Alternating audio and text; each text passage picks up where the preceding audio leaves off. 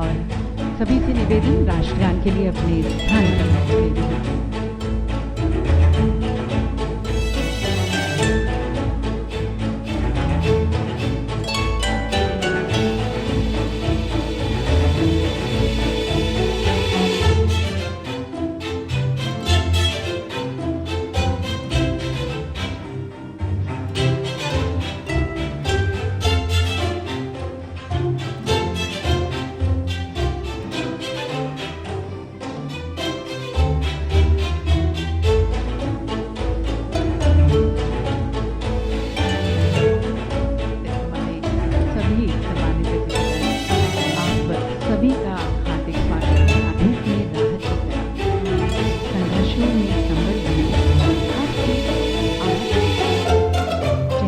झुर्रियों में छिपा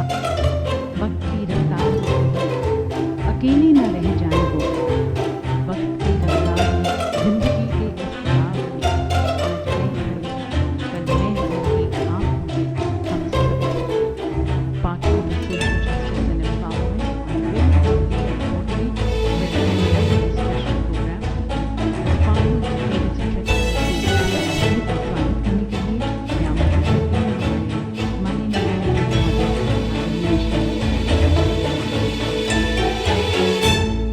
to celebrate our esteemed senior citizens to complement these legal and policy frameworks. The department implements the Aware scheme. Today's gathering marks a significant moment as we bring together reinforcing our commitment to their welfare. A highlight of today's program is the launch of the Senior Citizen Welfare Portal, a user-friendly पर्यंत अपने परिवार और समुदाय के वरिष्ठ नागरिकों के प्रति सम्मान का भाव रखने और देखभाल करने की प्रतिज्ञा करता हूं। मैं वरिष्ठ नागरिकों के साथ सहानुभूति रखने एवं करुणा के साथ व्यवहार करने के लिए प्रतिबद्ध हूं। सम्मान करूंगा तथा उनकी आवाज बनने और उनका समर्थन करने के लिए सतत प्रयत्नशील रहूंगा। मैं उनके अधिकारों साथ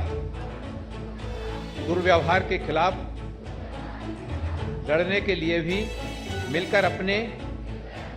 वरिष्ठ नागरिकों के लिए एक सहायक और समावेशी समाज बनाने का गरिमा के साथ अपना जीवन व्यतीत कर सकें। धन्यवाद। वरिष्ठ नागरिक कल्याण एजिंग विद डिग्निटी, इस कार्यक्रम के शुभारंभ अवसर पर हमारे कार्यक्रम में हम सभी का मार्गदर्शन और संरक्षण करने के लिए विशेष रूप से हम सबके बीच में उपस्थित माननीय राष्ट्रपति जी, मंत्रालय में हमारे साथी राज्य मंत्री श्री रामदास अठावले जी, हमारे दूसरे साथी राज्य मंत्री श्री BL वर्मा जी, विभाग के हमारे सचिव श्री अमित यादव जी और हमारे बीच में विशेष रूप से उपस्थित ब्रह्म कुमारी बहनें आदरणीय VK शिवानी दीदी जी, आदरणीय VK आशापुरी दीदी जी, यहाँ पर उपस्थित सभी अधिकारीगण, वरिष्ठ नागरिकगण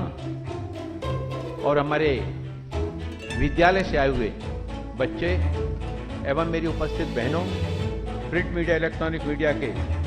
हमारे साथीगण, आज का यह अवसर मेरे लिए बहुत गर्व और श्रद्धा का विषय है। हम सभी को यह सौभाग्य प्राप्त हुआ है कि आज के इस महत्वपूर्ण कार्यक्रम में हमारे बीच में देश की माननीय राष्ट्रपति जी स्वयं उपस्थित हैं। उनके नेतृत्व और करुणा से प्रेरित होकर हम सभी सामाजिक समावेशन और बुजुर्गों के कल्याण की दिशा में प्रतिबद्ध हैं। मैंने देखा है उनके अंदर जो ममता का, वात्सल्य का, स्नेह का और समाज के लाभ वंचित समुदाय, हमारे देश के वरिष्ठ नागरिकों के प्रति, बच्चों के प्रति जो ममत्व का भाव है, वो वास्तव में हम सभी को इस दिशा में और भी सक्षमता के साथ में अपने कार्य को आगे बढ़ाने के लिए सदैव उनका मार्गदर्शन भी प्राप्त होता है और प्रेरणा भी प्राप्त होती है।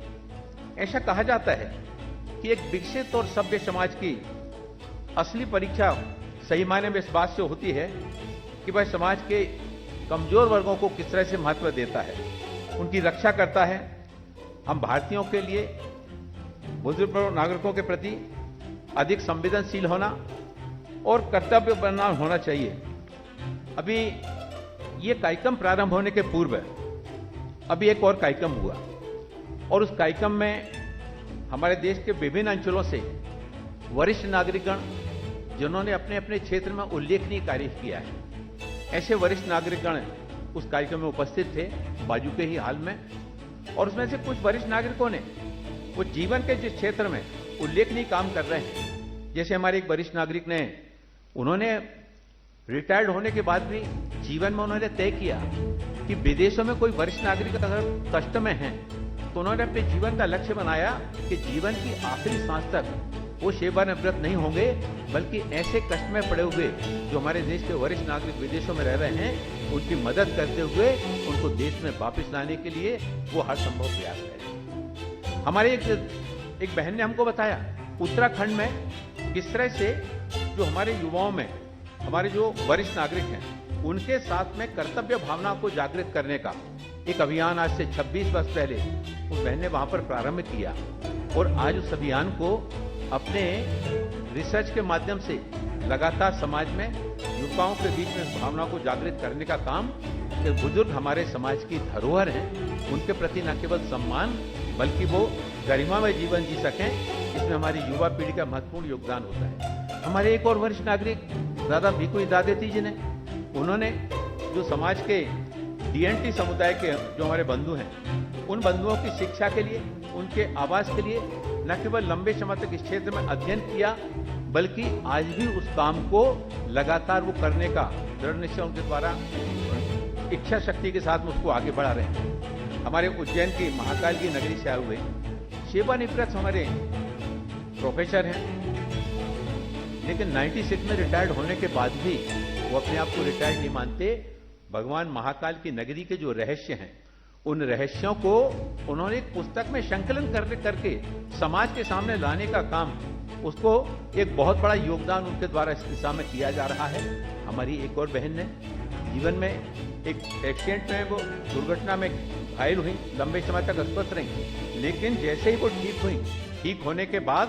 पूर्ण समर्पण भाव के साथ में कि हम रिटायर्ड नहीं हुए, बल्कि हमें समाज के लिए ऐसे लोगों के लिए काम करने की आवश्यकता है जिनके अनुभवों से समाज को और देश को आगे बढ़ने में हम सब मिलकर काम कर सकते हैं। एजिंग विद डिग्निटी ये कार्यक्रम वरिष्ठ नागरिकों के जीवन को सशक्त, गरिमामय और समावेशी बनाने की दिशा में उठाया गया एक बहुआयामी प्रयास है। अभी हम सब ने प्रतिज्ञा के माध्यम से संकल्प लिया है कि हम सब मिलकर वरिष्ठ नागरिकों के अधिकारों, गरिमा और सम्मान की रक्षा करेंगे। ये संकल्प एक औपचारिकता मात्र नहीं है, बल्कि हमारे सामाजिक मूल्यों और कर्तव्यों की प्रतीक है। ये पश्चिम का सोच है कि वहां पर बुजुर्ग नागरिकों को ओल्ड एज होम में रखा जाता है। ये हमारे पूरब का सोच है कि परिवार में अगर कोई बुजुर्ग होता है, वो बुजुर्ग पूरे परिवार के लिए न केवल सम्मान बल्कि उस बुजुर्ग की छत्र छाया में हर व्यक्ति ये तय करता है घर से बाहर निकलने के पूर्व अपने घर के बुजुर्ग को सम्मान देते हुए उन्होंने अगर कोई बात कह दी, उनकी बात द्वारा कही गई बात पत्थर की लकीर के समान होती है। तो बुजुर्ग हमारे समाज की धरोहर है, अनुभवों का विशाल खजाना है। सामाजिक न्याय अधिकारिता मंत्रालय ने एक कार्यक्रम शुरू किया, दादा दादी, नाना नानी, नाती पोते, उनके साथ में अनुभवों का कार्यक्रम करते हुए वाकेथान कार्यक्रम। पहले उस कार्यक्रम के प्रारंभ में बुजुर्गों के अनुभव, उन्होंने अपने जीवन में किस तरह के अनुभव उठाए हैं, उस कार्यक्रम में रैंडम बीच में से बुलाकर बुजुर्गों के अनुभव, बाद में फिर वो दादा दादी, एक तरफ दादा दूसरी तरफ दादी, बीच में उनका नाती या नातिन उंगली पकड़कर वो वाकेथान के कार्यक्रम में चलते हैं। जब वो वाकेथान के कार्यक्रम में चलते हैं तो उनके अंदर जो ऊर्जा का